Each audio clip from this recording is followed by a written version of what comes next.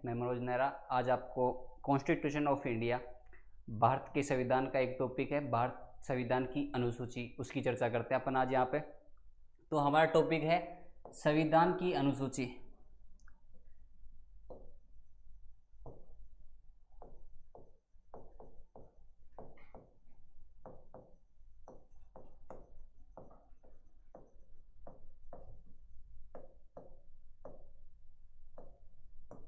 संविधान की अनुसूची, हाँ, तो अपन बात करते हैं संविधान की अनुसूची के अंदर कि भाई अनुसूचियों का भारतीय संविधान में क्या महत्व है। अनुसूचियां उसे कहते हैं कि जिसका उल्लेख न तो अनुच्छेदों में होता है और न ही संविधान के भागों के अंदर होता है। न अनुच्छेदों और जिनका भागों में अनुच्छेद उल्लेख नहीं होता, उसका उल्लेख संविधान की अनुसूचियों में होता है। तो अपन बात करते हैं मूल संविधान। यहाँ पे अपन बात करेंगे दो चीज़ों की, एक तो होता है मूल संविधान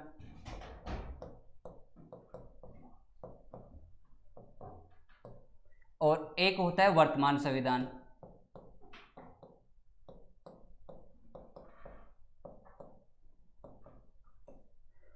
मूल संविधान मतलब उस टाइम की बात 1950 की, जब संविधान का निर्माण हुआ था, और वर्तमान संविधान मतलब आज की बात है। तो अपन बात करते हैं मूल संविधान में अनुसूचियों की संख्या कितनी थी। हाँ दोस्तों, मूल संविधान के अंदर अनुसूचियों की संख्या थी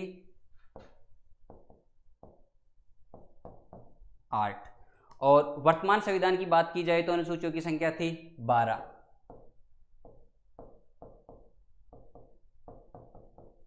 वर्तमान में 12 है। अपन बात करते हैं इनकी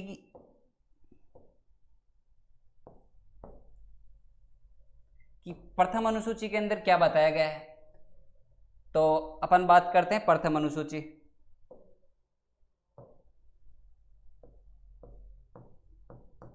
प्रथम अनुसूची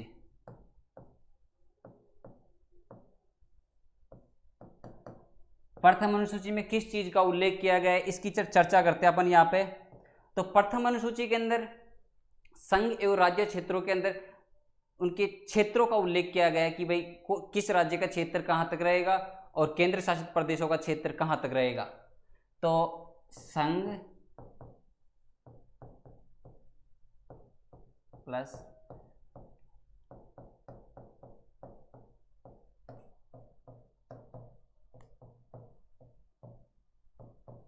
केंद्र शासित प्रदेशों का उल्लेख किया गया है। अब अपन बात करते हैं कि भाई मूल संविधान में कितने राज्य और कितने केंद्र शासित प्रदेश थे।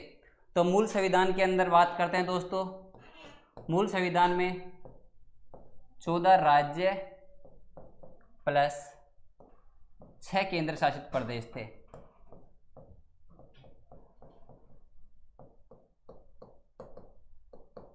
और अपन बात करें वर्तमान संविधान की, तो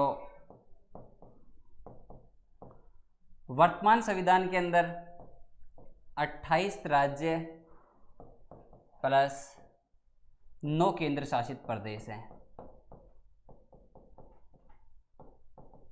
हाँ दोस्तों, हाल ही के अंदर जम्मू कश्मीर को राज्य का दर्जा हटा लिया गया, प्लस जम्मू कश्मीर के एक पार्ट प्लस लद्दाख और जम्मू को एक केंद्र शासित प्रदेश बना दिया गया। और अपन बात करते हैं अब कि भाई द्वितीय अनुसूची के अंदर किस किस चीज का उल्लेख किया गया है। हाँ दोस्तों, द्वितीय अनुसूची के अंदर द्वितीय अनुसूची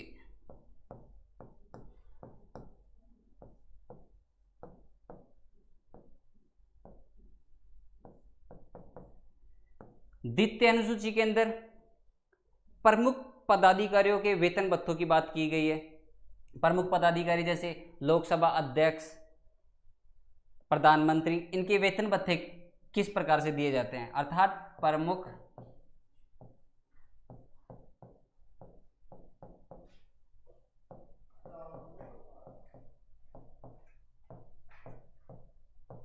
पदाधिकारियों के वेतन भत्तों का उल्लेख किया गया है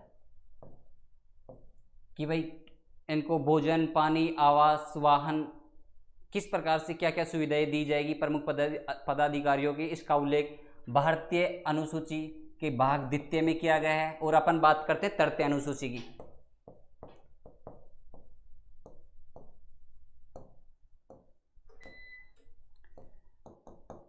तृतीय अनुसूची के अंदर अपन बात करते हैं प्रमुख पदाधिकारियों की शपथ का विवरण दिया गया है। इसके अंदर शपथ का प्रावधान किया गया है दोस्तों। इसके अंदर पर 3 पदाधिकारियों की शपथ का कोई विवरण नहीं दिया गया है, वो है राष्ट्रपति, उपराष्ट्रपति और राज्यपाल। इनकी शपथ का कोई उल्लेख नहीं किया गया इसके अंदर। और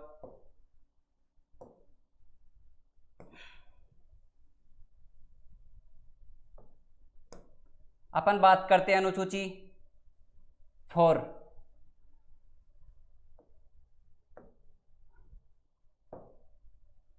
चतुर्थ अनुसूची।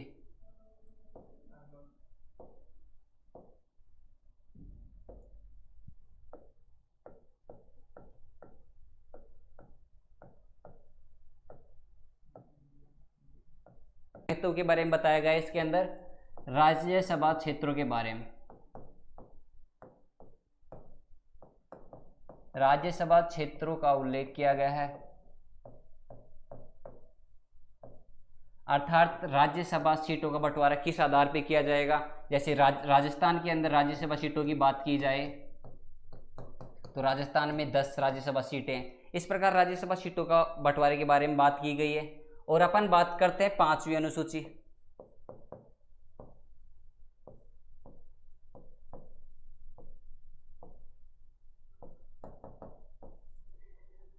पांचवी अनुसूची के अंदर बात की गई है एससी और एसटी बाहुल्य क्षेत्रों के बारे में, अर्थात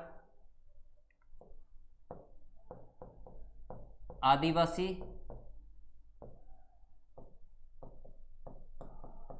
क्षेत्रों के बारे में बात की गई है। अनुसूचित जाति और अनुसूचित जनजाति बाहुल्य क्षेत्रों के बारे में बात की गई है 5वीं अनुसूची के बारे में।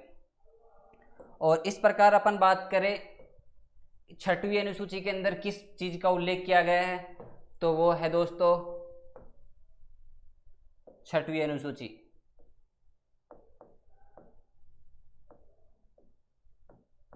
छठवीं अनुसूची जैसे एसटी बाहुल्य क्षेत्र,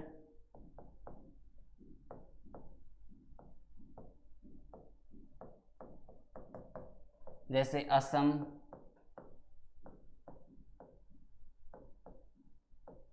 मेघालय, मिजोरम और त्रिपुरा, इसके प्रशासन के बारे में उल्लेख किया गया है हमारी 6वीं अनुसूची के अंदर।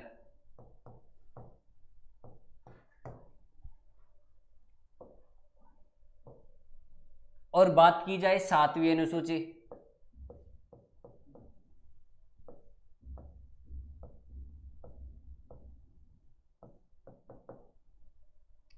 तो 7वीं अनुसूची में दोस्तों 7वीं अनुसूची में केंद्र और राज्यों के मध्य शक्तियों का बंटवारे के बारे में बात की गई है।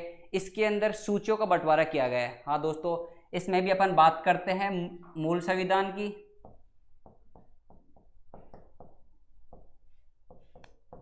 और वर्तमान संविधान की। तो मूल संविधान में कितनी अनुसूचियां थी, तो सर्वप्रथम बात करते हैं संघ सूची की, राज्य सूची और समवर्ती सूची।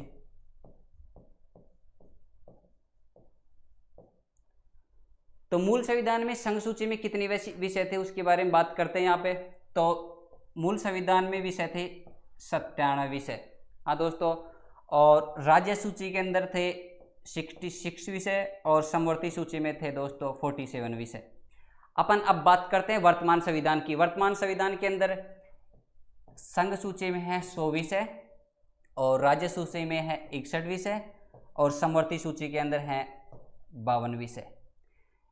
इन सूचियों के बारे में ये डिसाइड किया जाता है कि संघ सूची के अंदर केंद्र का नियंत्रण होता है और राज्य सूची के अंदर केवल राज्यों का नियंत्रण होता है और समवर्ती सूची के अंदर केंद्र प्लस राज्य दोनों का प्राधिकार होता है।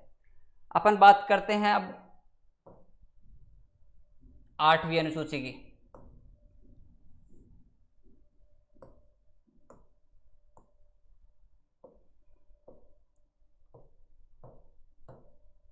आठवीं अनुसूची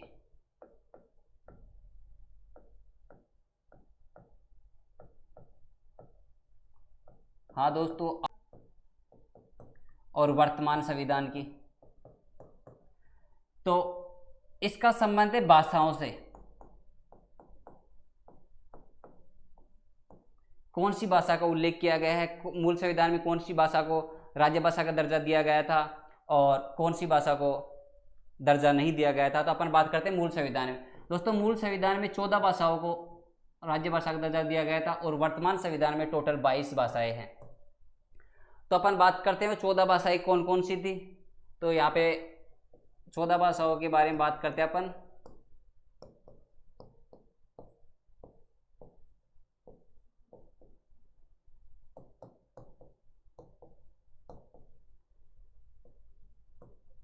असमिया,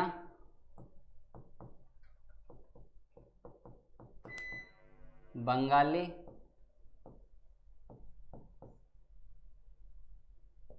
गुजराती, हिंदी,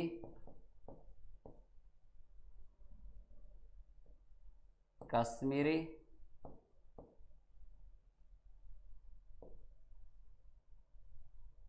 मराठी,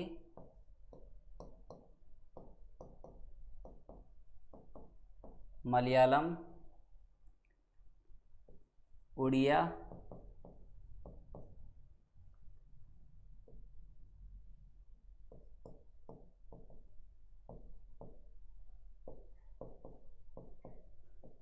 तमिल, तेलुगु,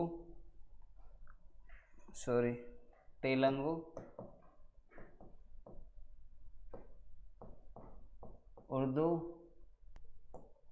15वीं भाषा की बात करते हैं अपन। 15वीं भाषा सिंधी भाषा जोड़ी गई थी। ये 21वें संविधान संशोधन 1967 के द्वारा भारतीय संविधान में जोड़ी गई थी। 21वां संविधान संशोधन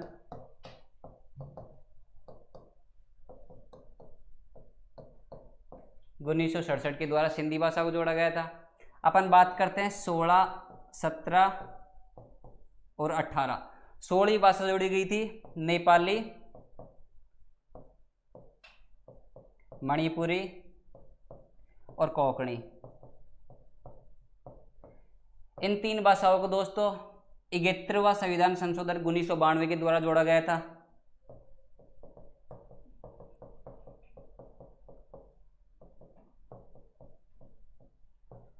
उन्नीस सौ 92 के द्वारा जोड़ा गया था। अपन बात करते हैं 19, 20, 21 और 22। मैथिली, संथाली, डोगरी और बोडो। इन 4 भाषाओं को 92वां संविधान संशोधन 2004 के द्वारा भारतीय संविधान में जोड़ा गया था। संविधान संशोधन 2004 के द्वारा इस प्रकार समस्त 22 भाषाओं का उल्लेख किया गया भारतीय संविधान के अंदर।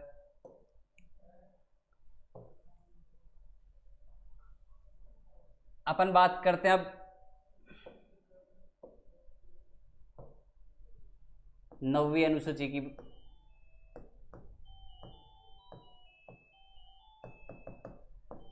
9वीं अनुसूची के अंदर भूमि सुधार एवं भूमि सुधार कार्यों के बारे में उल्लेख किया गया है।